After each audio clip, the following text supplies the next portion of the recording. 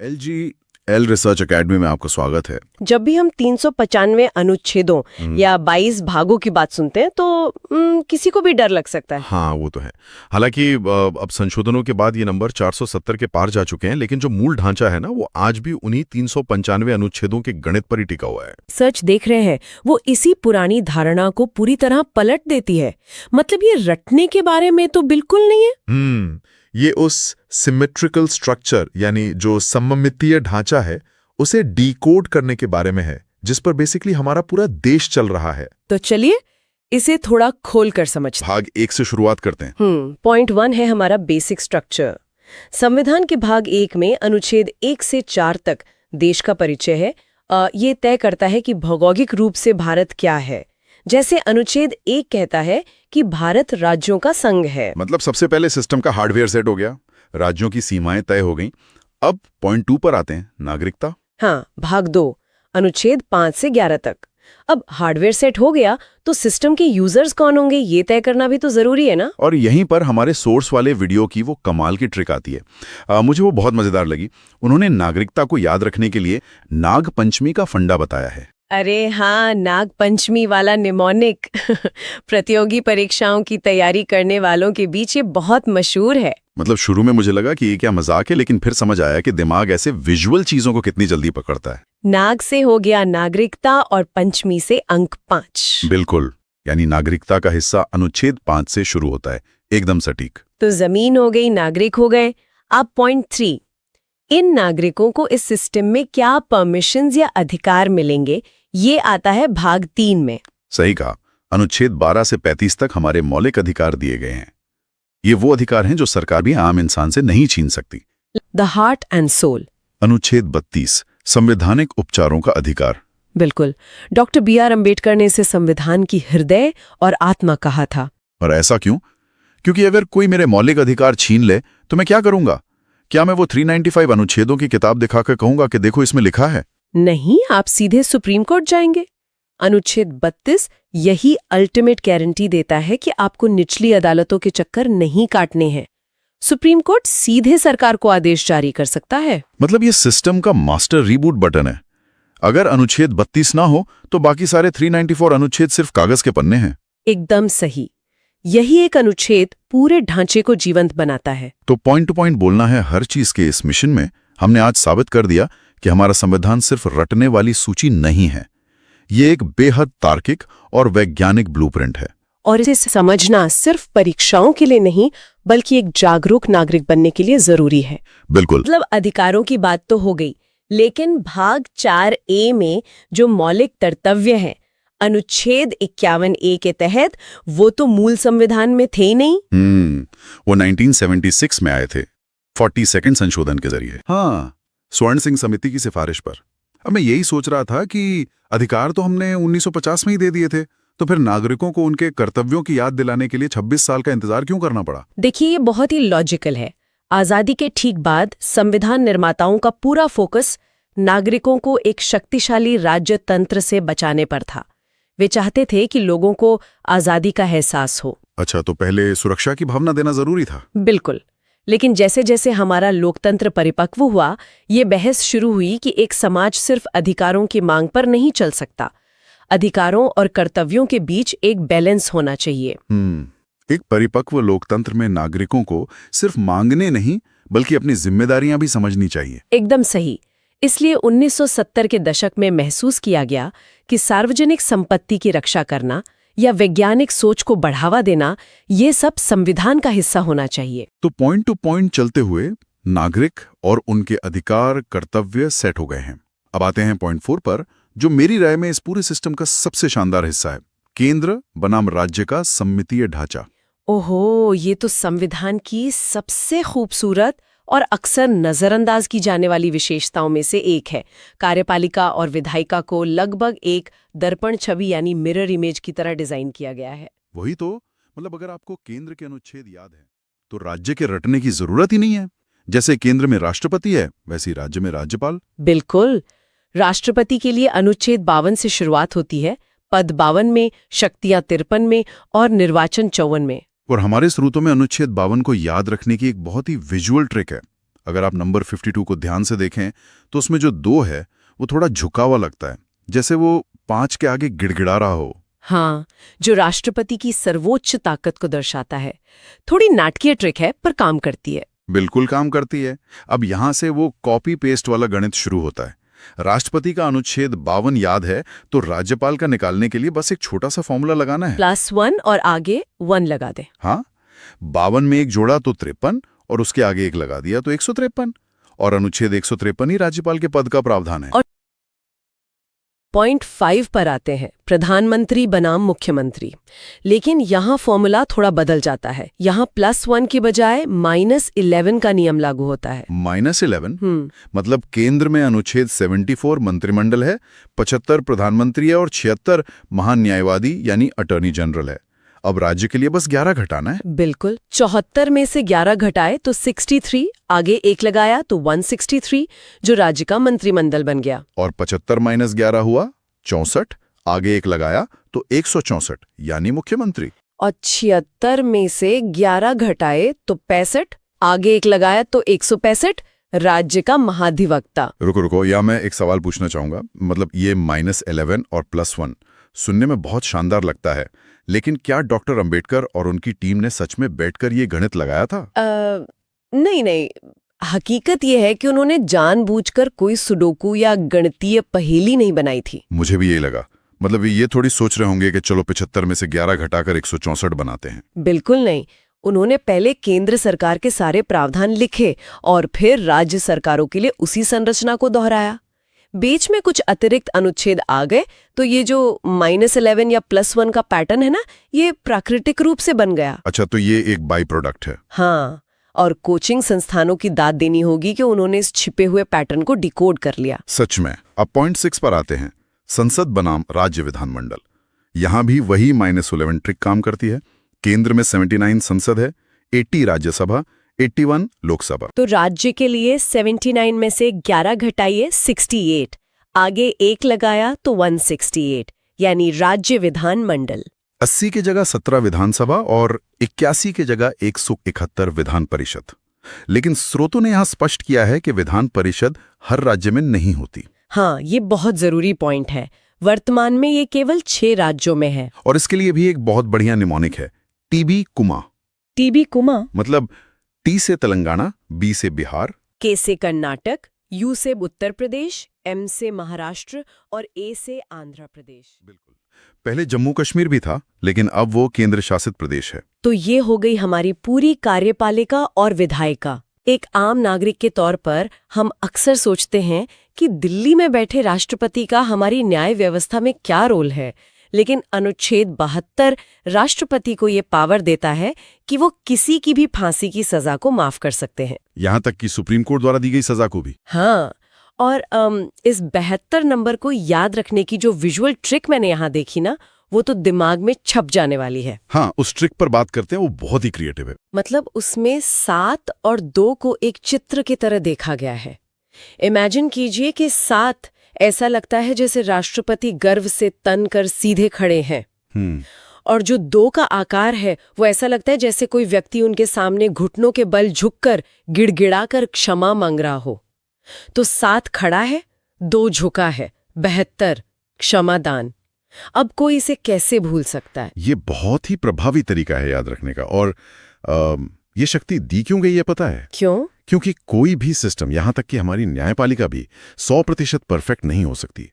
ये समाधान की शक्ति सिस्टम में एक आखिरी मानवीय उम्मीद की तरह है। ताकि अगर कोई तकनीकी या न्यायिक चूक हो गई हो तो उसे सुधारा जा सके। बिल्कुल।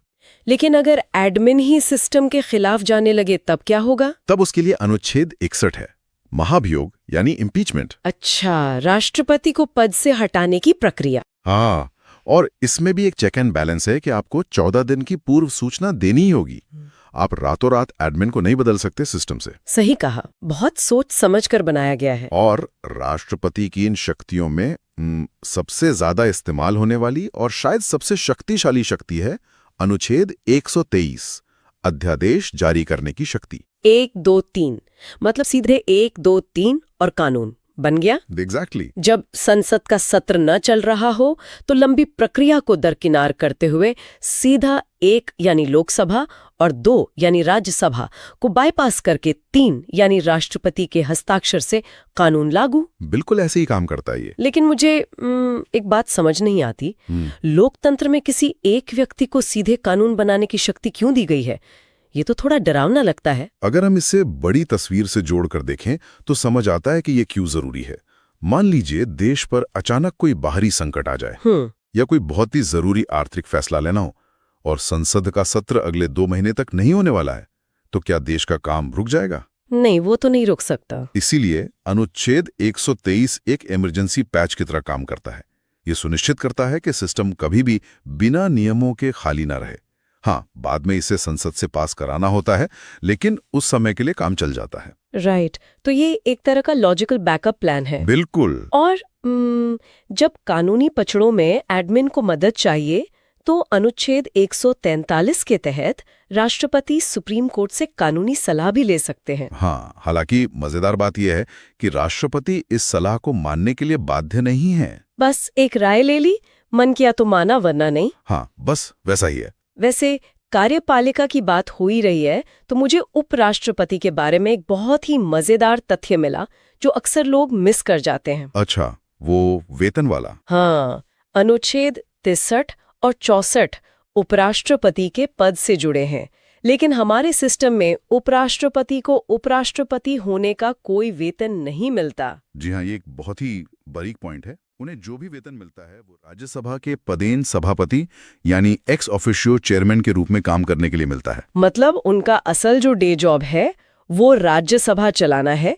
उपराष्ट्रपति का पद तो बस एक स्टैंड बाय मोड है कि अगर राष्ट्रपति न हो तब वे कार्यभार संभालेंगे। बिल्कुल सही पकड़ा आपने। खैर, अब तक हमने सिस्टम के नियमों और एडमिन की बात की, लेकिन कोई भी सिस्टम बिना पावर या रिसोर्स के तो नहीं चलता। हाँ, और किसी भी देश का सबसे बड़ा रिसोर्स है पैसा। और जहाँ पैसा है और जहाँ पावर है वहाँ विवाद होना तो तय है यार। और इसीलिए इस ऑपरेटिंग सिस्टम में कुछ बहुत ही सख्त बैकग्राउंड सिक्योरिटी प्रोटोकॉल्स या कह लें पहरेदार बनाए गए हैं। पहले पैसों के फ्लो को समझ लेते हैं। संसद में जब पैसे या कानून पर बात होती है तो उसे सुचारू रूप से चलाने के लिए कुछ खास अनुच्छेद हैं। जैसे अनुच्छेद 100। जब भी सदन में वोटिंग 50-50 पर आकर टाई हो जाए तो स्पीकर अपना निर्णायक मत या कास्टिंग वोट डालते हैं। इसे याद रखना भी बहुत आसान है। 100 मतलब 50 और 50 का जोड़। बहुत ही बढ़िया विजुअलाइजेशन है ये। और जब लोकसभा और राज्यसभा आपस में भिड़ जाएं, किसी बिल पर गतिरोध हो जाए, तो अनुच्छेद 108 के तहत संयुक्त अधिवेशन बुलाया जाता है। और जब बात पूरी तरह से अर्थव्यवस्था की हो तो हमारे पास एक पूरा वित्तीय ब्लॉक है। अनुच्छेद 110 है धन विधेयक, जो तय करता है कि किस बिल में केवल पैसों के लेन देन की बात है। फिर आता है अनुच्छेद 112, जिसे हम आम बोलचाल में बजट कहते हैं। लेकिन यहाँ एक कैच है ना? क्या कैच है? संविधान में कहीं भी बजट शब्द का इस्तेमाल हुआ ही नहीं है। बिल्कुल सही कहा आपने। अनुच्छेद 112 में इसे वार्षिक वित्तीय विवरण कहा गया है। ये पूरे साल के खर्चे और कमाई का लेखा जोखा होता है। और मुझे अनुच्छेद 116 बहुत प्रैक्टिकल लगा, लेखानुदान या वोट ऑन अकाउंट। हाँ, ये बहुत जरूरी टूल है। मतलब इसे ऐसे समझ सकते हैं कि ये एक तरह का एडवांस्ड पेमेंट है। मान लीजिए बजट पास होने में अभी महीनों का वक्त है, लंबी बहस चल रही है। हाँ। लेकिन अगले ही हफ्ते सरकारी कर्मचारियों को सैलरी देनी है या किसी प्रोजेक्ट का बिल भरना है, तो सरकार काम कैसे चलाएगी? एग्जैक्टली। तब अनुच्छेद 116 काम आता है, जो सरकार को संचित निधि से कुछ पैसा एडवांस में निकालने की अनुमति देता है ताकि मशीनरी चलती रहे। बहुत सही उदाहरण दिया आपने। संस्थाएं और न्यायपालिका। न्यायपालिका की बात करें तो अनुच्छेद 124 में सुप्रीम कोर्ट का गठन है। और राज्यों के लिए हाई कोर्ट अनुच्छेद 214 में है। यहाँ भी अंकों का हेरफेर है, 124 को 214 कर दिया। बिल्कुल। और पॉइंट 11 में आती है ऑडिट करने वाली संस्थाएं, जैसे अनुच्छेद 148 के तहत सीएजी। लोग सीएजी को सिर्फ एक अकाउंटेंट समझते हैं, लेकिन 2G स्पेक्ट्रम या कोयला घोटाला ये सब सीएजी नहीं तो बाहर निकाले थे। हाँ, ये सरकार की वित्तीय जवाबदेही तय करता है। इसके अलावा 280 में वित्त आयोग है और 324 में निर्वाचन आयोग है। अब यहाँ एक अलर्ट देना बहुत जरूरी है। Point 12, all India services trap. स्रोतों में इस पर खास जोर दिया गया है। आप अनुच्छेद 312 और 315 की बात कर रहे हैं ना? हाँ, अनुच्छेद 315 तो यूपीएससी और स्टेट पीसीएस के लिए है, लेकिन 312 में अखिल भारतीय सेवाओं का जिक्र है, जिसमें आईएएस, आईपीएस और आईएफएस शामिल हैं। और यहीं पर लोग गच्चा खा जाते हैं। बिल्कुल, लोग मान लेते हैं कि आईएफएस का मतलब इंडियन फॉरेन सर्विस यानी विदेश सेवा होगा, जबकि ऐसा बिल्कुल नहीं हो। जी हाँ, अखिल भारतीय सेवा के रूप में आईएफएस का मतलब है इंडियन फॉरेस्ट सर्विस यानी भारतीय वन सेवा। विदेश सेवा तो केंद्रीय सेवा है। ये बहुत जरूरी स्पष्टीकरण है। परीक्षाओं में अक्सर ये फंसाने वाला पॉइंट होता है। तो हमारा सिस्टम एकदम बढ़िया काम कर रहा है, लेकिन पॉइंट 13, जब राज्य आपस में लड़ पड़े तब क्या?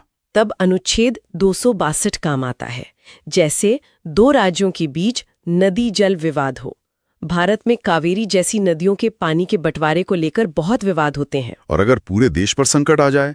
पॉइंट 14, आपातकाल।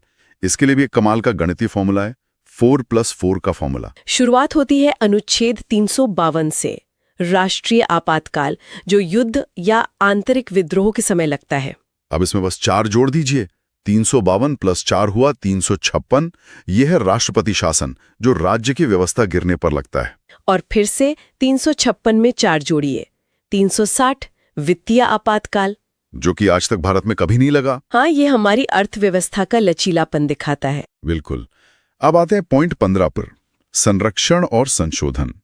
संविधान सिर्फ एक सरकारी मैनुअल नहीं है, ये समाज को बदलने का टूल भी है। जैसे अनुच्छेद 17, जो छुआछूत का अंत करता है, और अनुच्छेद 29, जो अल्पसंख्यक हितों का संरक्षण करता है। इसकी वो विजुअल ट्रिक बहुत गहरी है। हाँ, वो 2 और 9 वाली। मतलब 2 ऐसा लगता है जैसे कोई डरावा कमजोर इंसान झुका हुआ है, और 9 एकदम सीना तानकर खड़े इंसान की तरह दिखता है। ये दर्शाता है कि संविधान के संरक्षण से अल्पसंख्यक समुदाय पूरे आत्मसम्मान के साथ सिर उठाकर खड़ा हो सकता है। और इस पूरी आत्मा को समय के साथ अपडेट रखने के लिए अनुच्छेद 368 है, संविधान संशोधन, जो दक्षिण अफ्रीका से लिया गया है।